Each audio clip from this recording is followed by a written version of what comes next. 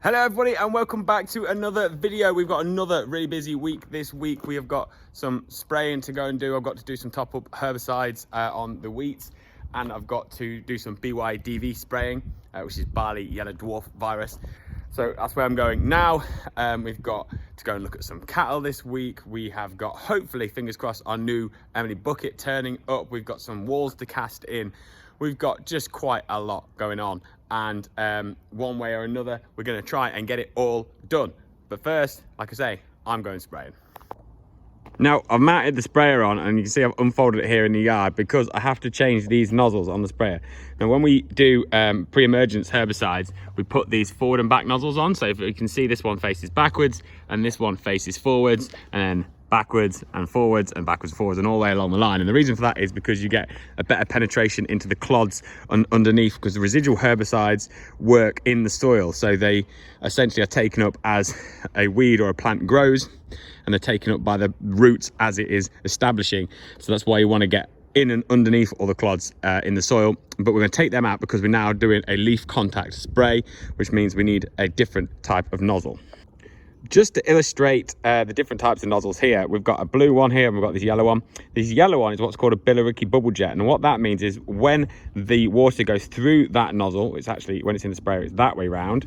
When the water goes through the nozzle, it creates a ball of air which sits within the water droplet, and it essentially makes that droplet a bigger droplet, so it's less affected by wind and so on and so forth, and that will give you more spraying days. So when you get this time of year, if you get adverse weather or in the spring, you can put that nozzle in and spray in days where other nozzles won't work. This nozzle here, this blue one, is a finer nozzle, so it creates a smaller water droplet. You can't spray in windy conditions with this one because it will get carried on the wind, but you will get a better spray coverage. I really like using these. We're not always ran off our feet with spraying, so I like to put these blue ones in because essentially I get a better uptake of any chemicals that I use from using this blue nozzle. And also the color can dictate the amount of water that is applied per minute, as well at a set pressure. So it can get a little bit complicated, but I won't make it too complicated for you, or else you'll all get confused. But essentially I'm swapping those front and back nozzles for these blue fine spray jet nozzles. So we've got all the nozzles changed over. It's a bit fiddly. I don't have multi-nozzle bodies, so I actually have to take off each individual nozzle and replace them, take out all the rubber seals and stuff like that, wash them and put them back in again. But it's all done, and we are now spraying for BYDV on the winter barley, and we're also trying to knock out some of the oats that have come over the back of the combine. There isn't many, but I'm a bit frustrated about it because we harrowed all the fields to try and get them chitting prior to drilling, and they didn't get chitting because September was essentially so dry. So it's a little bit frustrating because we've done what we could do and it hasn't worked. Now, I'm not a big fan of using chemicals, and I do feel a little bit like I'm cheating using a chemical to knock out the oats. The reason why we're doing it is because oats have such a smothering effect on plants that are growing. So if we don't do it now, essentially they could smother out some of our barley and some of our wheat, which, yeah, it's not really what we want. I'm not confident enough yet in my sort of regenerative practices to be able to say, oh well, I'll do this or do that, you know, graze it, or I'll go through it with a hoe or whatever and go inter-row hoeing to try and combat it. But that is sort of the direction I want to move into as we progress. I just need to pick some more people's brains to get around to it, really, and just have the confidence to go, you know, jump in and give it a go. So just to give you a bit of a demo, obviously we've got the nozzles on there. These 5 across the top, they switch off the individual sections, and then just to show you how it works, this is the control box for the sprayer. It's just a 5-section control and a master on and off. That one does the pressure, and that one switches between boom, leveling and folding. And then I have my GPS on the top there. Now that GPS doesn't actually do section control or anything like that, and it's not self-steer, it's not auto-steer, sorry. I still have to steer it. I just have it on there so when I run out, I know where I've got to exactly in the field. Just gives me a bit of an idea of what's going on. But I am really pleased with this winter barley. It's been drilled direct in with the Claydon. It's come up an absolute treat, and it's super even because this field has some really heavy patches. This bottom bit here is quite heavy. At the top of the field, it's very clayey, very claggy, doesn't tend to establish very well, and then at the far corner it gets really light. which is always, you know, first to establish and really, really good yielding. But it's super even and it's surprising, really. Really, really pleased with it. Obviously, as you can imagine, I have the head agronomist with me, as always. She loves a bit of a tractor ride. She's actually on a diet at the minute because she's eating too much, but she's doing well, aren't you, Barley? You've lost like, I don't know, 700 grams or something. It's quite a lot for a little Cocker Spaniel. Just to show you what I was on about as well, that part of the field up there is the super heavy, claggy bit of the field, and then that part of the field over there is the lighter end. This is sort of just a bit in the middle here. But you can see it's really even, and we never used to get crops that even when we used to cultivate and combi drill and such like. But now we've gone direct drilling, it seems to make such a big difference. Annoyingly, I've just come in and refilled, ready to go back out and finish the field, and I got to about there and saw all of this rain rolling in, and we need to have a dry leaf, and obviously it's not going to be dry when it's raining.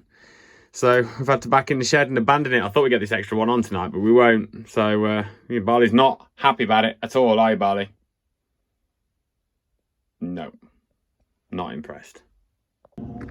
Something that Dad has managed to get done though, he's been cleaning blocks all morning, and then when it got dry enough, he mowed the lawn. It looks a picture. Look how green it is. Didn't think we'd still be mowing lawns at this time of year, but yeah, probably the last time. Looks lovely. It's Tuesday morning. I thought I'd just show you this. We had quite a lot of rain last night, but it's super dry now. We've got just a little bit of breeze this morning, not too much. We're still safe for spraying, but it's dried the leaf lovely so we can get on. We're spraying for BYDV. This is winter wheat, a variety called KWS X Days, after spring beans, after spring beans, and it is an absolute picture. It's clean as a whistle. So we're just spraying the BYDV. We don't have any grass weeds or anything to spray in here. I'm absolutely chuffed to bits with this. Really, really good. I've just run out of chemical and I've got to go back and get a bit more. But I thought I'd just say that obviously we're spraying this for BYDV. I can't even say it. BYDV, barley yellow dwarf virus. I'm back in the yard because I need to refill the sprayer. But I thought I'd just jump on and say, because I know some of you guys will be looking at that wheat and thinking, why are you spraying it? I'm not 100% sure that I really should be. I think we could get away with not spraying it. Obviously, we take our advice from the agronomist, and that's what we essentially pay them to do, is to advise us on what we should and shouldn't be spraying and for the reasons why. But I think a lot of the time we're spraying things as a precaution and not because they necessarily need it. And I wish I knew a little bit more about the biology and what signs to look for with certain diseases and certain problems, like potential problems, so that I could make a bit more of an informed call about whether we should or shouldn't be spraying. Because a lot of this stuff is quite expensive, and although I think we could manually do a lot of it, like I mentioned about having an inter-row hoe, we could manually have a job there and an inter-row hoe, and I'm not saying that it would be cheaper to do that, but my personal preference would be not to use the chemicals, because the chemicals can often have an effect on mycorrhizal fungi in the soil and can sometimes be chelators and lock up iron and lock up a lot of the nutrients that are in the soil, so they're not available to plants. And if we could get away with not using them, surely that'd be better. But if anybody knows anybody who would be able to point me in the right direction or give me some books to read or anything so that I could just be a little bit more informed, honestly, I'd love it. So stick something down in the comments if you have anywhere to go to help me out. Any sort of resource, I'd really appreciate it. So I've managed to get the spraying done, which is good, and took the sprayer off and cleaned it all down because it should be the last time we use it. Dad's been busy while I've been gone, putting some new lights up, so I'll show you.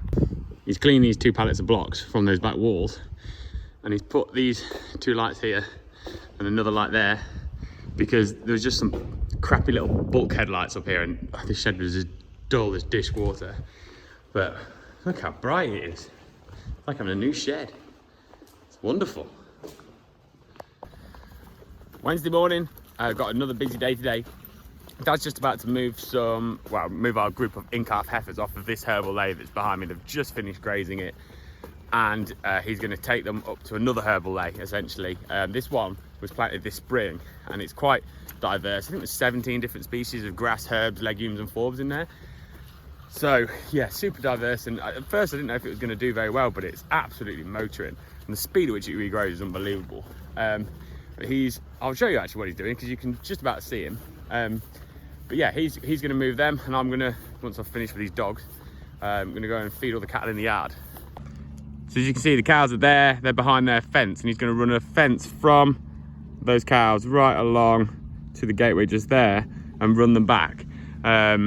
He's going to put them to the side of the drive and then run them up the lane, because the other herbal lay is sort of, well, probably getting on half a mile away from where these guys are. But yeah, you can see like the different days in which it's regrown. It's grown so much more than this one, and then that's their last batch there.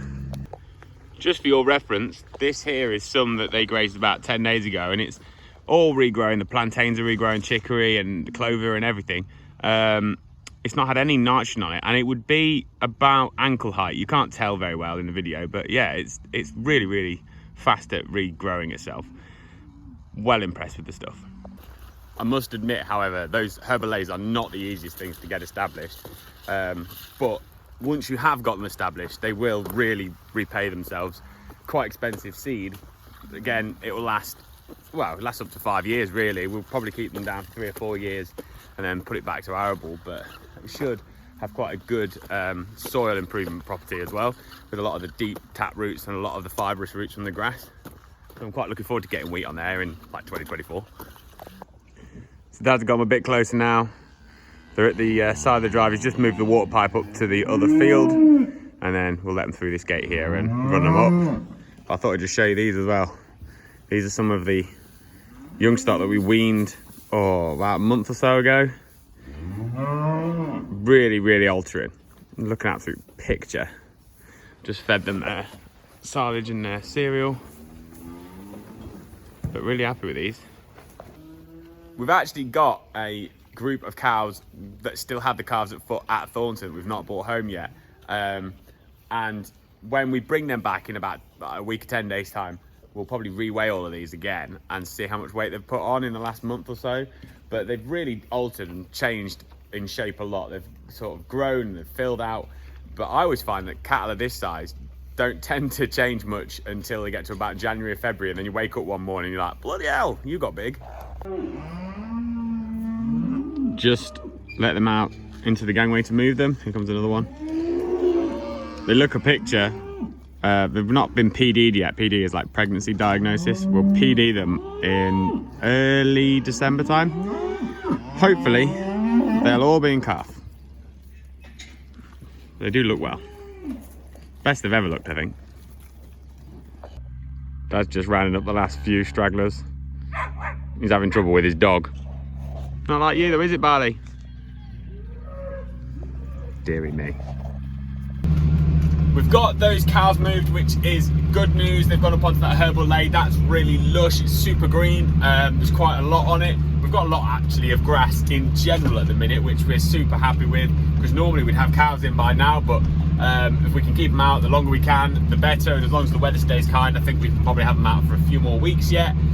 I'm off to Thornton with the hedge cutter, as you can see, because there is a wood at Thornton that is kind of northeast facing, and it doesn't get a lot of sun in the winter, or in general to be fair, and it gets wet along there and I can't cut the hedge.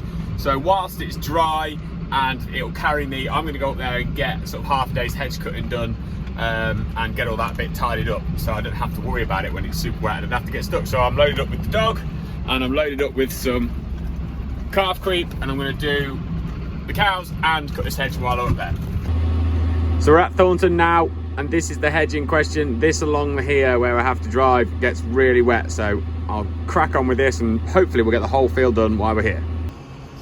As you can see, we've got it all cut. There's a little bit, where is it, just there, that is a bit wet, but otherwise it was all right. It would normally be like the whole way along would be wet and rutty, but we've got it done. It's not the neatest job, but it's down. That's the main thing. It takes some hacking back, that stuff.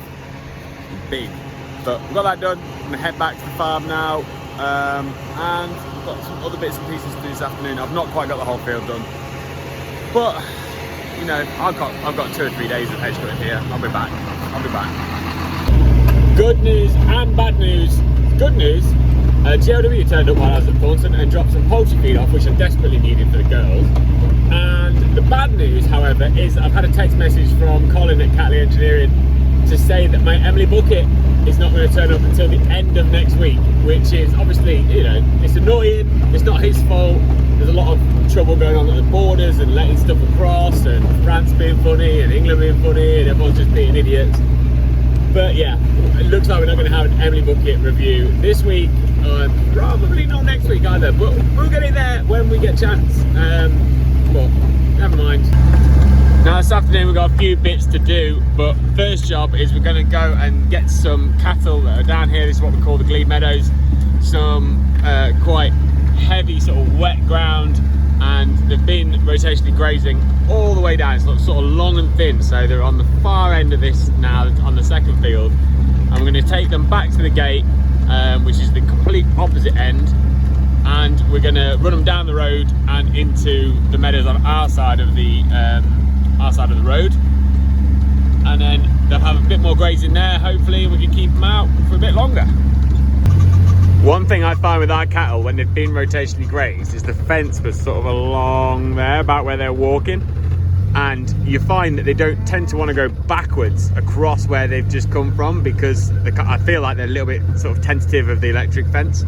So we'll have to drive these quite hard, but once they get going, they'll trot along, no trouble. And here they go, out the gate. They'll go round that corner there and down into our field. I'm sure all of the local road users are going to be very, very happy about us doing this, but never mind. And there you have it. Move to the new field. We're on this paddock here, fence runs up there, and they'll get a few grazes across here and all along these meadows. They'll be happy as Larry for a couple more weeks. Now I have just realised how long this video is. I've just put all the clips together as I've been getting the eggs from the girls, and yeah, I couldn't believe it. So what I'm going to do is I'm going to split this video into 2 videos. So I'll finish this one here. So if you really enjoyed this one, if you could give me a thumbs up and a subscribe, I would really appreciate it. And if you want to tune into what happens for the rest of the week, what I'll do is I'll put that into a second video and I'll release 2 videos this week. If this happens more often, I'll release more videos, but we'll see. But until then, have a good one, everyone. Stay safe. Bye.